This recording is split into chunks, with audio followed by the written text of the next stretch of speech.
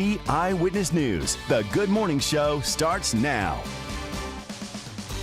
Oh, look at here. All right, it's 6:33 right now, and this is a live view from Tired Creek, Grady County, the weather stem camera there. What a good-looking shot. That is a good-looking shot right there. I love all the colors in the sky, yeah. With that sun coming up, and I know you always say it's exciting when the sun is coming up at, this early. Yes. It really is pretty. Just up that orange and the blues. A good-looking rise over South Georgia. Yeah, and as our producer Ryan says, we were supposed to say it very softly to describe how pretty it is. Okay. I don't do soft very well. They're not paying you for soft. No, my big loud mouth. Sorry. We've got a beautiful start to the though. day. It really is pretty out there. We've been admiring that since a little before 6 o'clock this morning. Yeah. And hopefully we'll get to admire it a little bit longer before the showers come on back. This time yesterday we were already talking showers and storms. I think it's going to take a lot longer for them to get fired up today, and that means these temperatures, which are starting awfully warm, are going to get awfully warm this afternoon. It won't surprise me to see several spots in the 90s today, officially 91 for a high yesterday. I see 79 this morning in Perry, 77 in Tallahassee, Valdosta's at 75, Thomasville a smidge cooler at 72. Now, there's not a lot on radar this morning. We don't have that decaying energy sort of just drooping through South Georgia into North Florida like we did yesterday. That fired up those early showers. And what that likely means is not only can it get a little warmer a little faster, but the air's going to be a little extra unstable today, and I think this afternoon a better chance for some of those bigger thunderstorms, so going to have a lot to watch. Now, the sooner those showers get started, the better. If it takes till 3, 4, 5 o'clock, hotter, more humid, more unstable, a lot of uncomfortable, and those bigger storms we'll be watching and tracking all day. Please keep checking in with us. I'll have the full forecast in just a few minutes. All right, and before you head out to work, or if you're still getting dressed, stop right now, because if you haven't downloaded the free WCTV First Alert weather app, go ahead and do it now, because you'll be able to track any weather on the live interactive radar. You can see an hour-by-hour forecast that was created by our WCTV weather team. Again, it's free. Just search for the WCTV First Alert. Yeah, I'll be updating on the social media sites. Let's get to some breaking news this morning. Going to start in Denver, Colorado, where at least 9 people are injured in a mass shooting. It appears that multiple shots fired during an altercation involving several people at the arena where the Denver Nuggets won the NBA championship last night. Now, this is a live look at that arena, or at least some video of that arena. Of the 9 people shot, 3 are in critical condition, and the rest believed to have non-life-threatening injuries. A suspect in the shooting was also shot.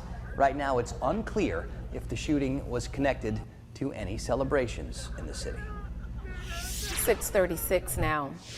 Former President Donald Trump is now in Miami ahead of a historic appearance in a federal courtroom this afternoon. He faces a total of 37 counts in a federal indictment related to his handling of classified documents since leaving office. He is the first former president to face federal charges.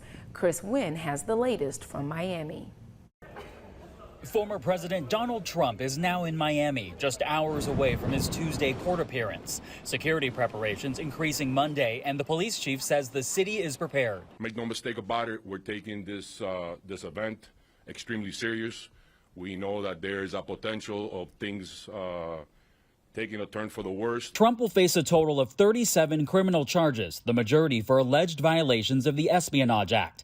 He denies any wrongdoing, and in his first public remarks since the indictment was unsealed, railed against the charges brought by the Department of Justice. It's a horrible thing for this country. I mean, the only good thing about it is it's driven my poll numbers way up. Can you believe that? The federal indictment details the locations where Trump allegedly stored classified documents at his Mar-a-Lago estate in Florida, including in a ballroom, a bathroom and shower, and a storage room. Trump's own former Attorney General William Barr. Those documents are among the most sensitive secrets that the country has. He had no right to maintain them and retain them, and he kept them in a way at Mar-a-Lago that anyone who really cares about national security, their stomach would churn at it. Meanwhile, Trump supporters say the indictment doesn't change anything. We have unwavered support for Donald Trump. Like, we don't even care if he's going to be in jail, and we have to write him in. You know, to a lot of us, it's like, Trump or nothing. In Miami, I'm Chris Wynn reporting. Make sure to stay with WCTV and CBS News throughout the day. Coming up at about 2 p.m., CBS is planning to go live with a special report as Donald Trump arrives at the federal courthouse in South Florida. And we'll have continuing coverage through our evening newscast as well. That begins at 4 p.m.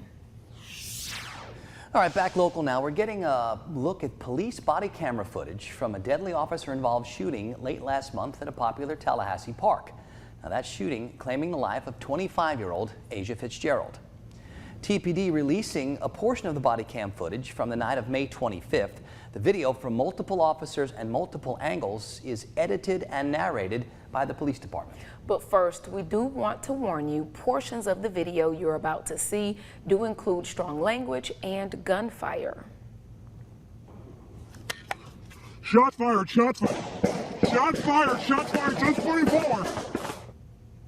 That's the exchange of gunfire between police and Asia Fitzgerald. Officers say she ambushed them while they were at the park to arrest a man named Darrell Lee in connection to a drug investigation. Now, in this footage, you can see Lee sitting on a park bench as the police approach. Now, he was being taken into custody just moments before Fitzgerald started shooting. In the next video, you'll see police discussing the arrest before Fitzgerald starts firing. So we had to let him go. He's walking back towards y'all.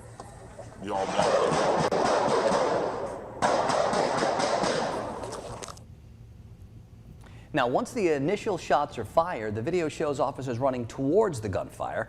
That's when they begin firing shots themselves. Police saying 140 rounds exchanged. TPD says Fitzgerald fired as many as 30 rounds at officers. He was hit by gunfire and later died. It was a dangerous situation. They responded. They did what they needed to do. They pretty much what they were trained to do. And again, it was, you know, we're human. You know, we do get scared. You know, but we also look at it as a heightened sense of alertness, and we're going to do as we're trained to do. But obviously, at the end of the day, we always want to make it home. We're human, and we want to make it home to our families, to our loved ones. Police are also investigating the 911 call that led them to the park to make that arrest of Darrell Lee. Officials say at this time they do not believe it was a setup to lure officers there, but the investigation continues. Now, WCTV has confirmed that the woman who fired those shots at officers was previously listed as missing on TPD's Facebook page.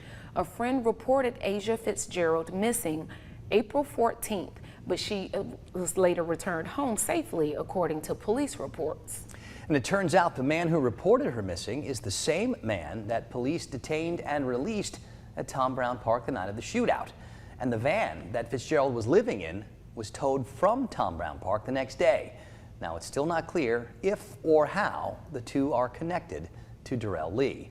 As far as Lee is concerned, he faces nearly a dozen charges and is set to stand trial August 28th. The National Fraternal Order of Police releasing a report at the end of May totaling the number of attacks similar to this. According to its report, there were 47 ambush-style attacks on law enforcement officers this year, resulting in 54 officers shot and 9 killed by gunfire. Again, no officers were injured in this latest incident here in Tallahassee. Now to an update on a deadly hit-and-run case in Tallahassee from last month. Police say they've identified the driver they believe hit and killed a pedestrian along North Monroe Street and John Knox Road on May 14th. Investigators say the vehicle involved was found in Alabama shortly after the incident. A warrant is issued for the suspect, who police are not naming at this time. Time now for First Alert Weather with meteorologist Rob Nucatola. All right, we get started on 24-hour temperature. Cat's got those numbers way up there in the 70s for most of us.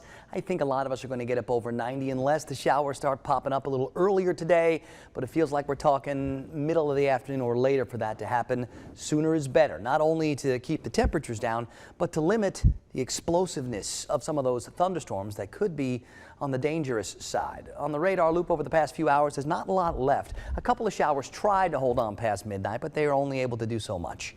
It's 77 right now in Tallahassee. It's 75 in Valdosta. We're at 72 in Thomasville. Those dew point numbers way up in the 70s. It is icky, sticky, gross outside. A little breeze trying to stir things up, but barely making that air move at all. A couple of cooler spots, Blakely and Mariana in the upper 60s. A little bit warmer at Apalachicola where it's 80. Not too far from that in Perry at 79. So a little variety of those temperatures. A lot of South Georgia like 70 to 75, a little warmer when you drop into North Florida. Now that breeze from the southwest continues to bring in more of the warm and more of the muggy. It's not going to change anytime soon. Our overall weather pattern not going to change anytime soon. So it's more of the same each day. Warm and muggy starts, warm and muggy finishes, hot and humid in the middle, and very unstable. So lots of potential for showers and storms. So far so good. Haven't seen a whole lot of fog out there. Now the overall setup with the upper level winds and this weak boundary at the surface still kind of bottling us up in this warm humid air too, also contributing to those chances for showers and storms. And it's not like it's going to be one big wave of showers and then we're done.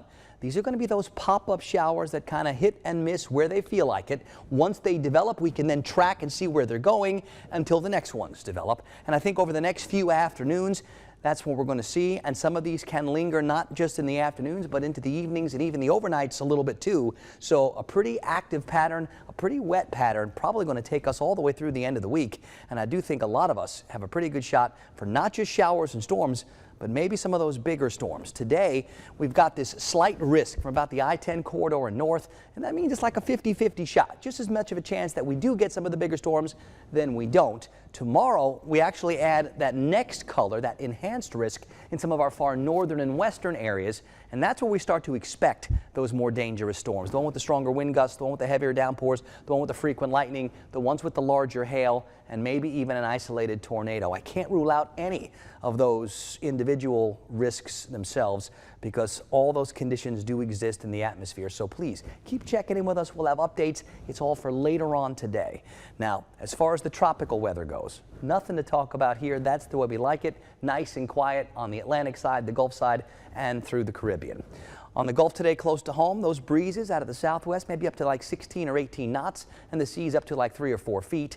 I've got the rain chances like 40% or less early. It's going to get hot in a hurry and stay humid this afternoon. The longer it takes for the showers to go, the higher the temperatures will get. A lot of us probably top out in the low 90s. Let's put the rain chances like 60, 70%. Tonight, some of those showers are going to last till midnight or even a little bit later. They'll eventually fizzle. It will be another muggy start to tomorrow. Today, tomorrow, Thursday, all feature pretty good chances for showers, for storms, and some of those could be dangerous. So please keep checking in with us.